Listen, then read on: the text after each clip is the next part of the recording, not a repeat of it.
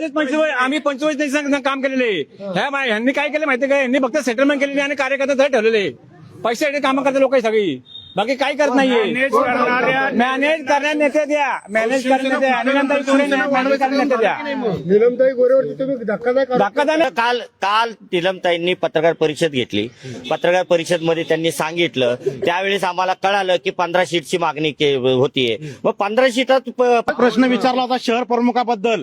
माझा शहर प्रमुखावरती आरोप आहे, हा शहर प्रमुखांनी कमर्शियल केलाय पक्ष.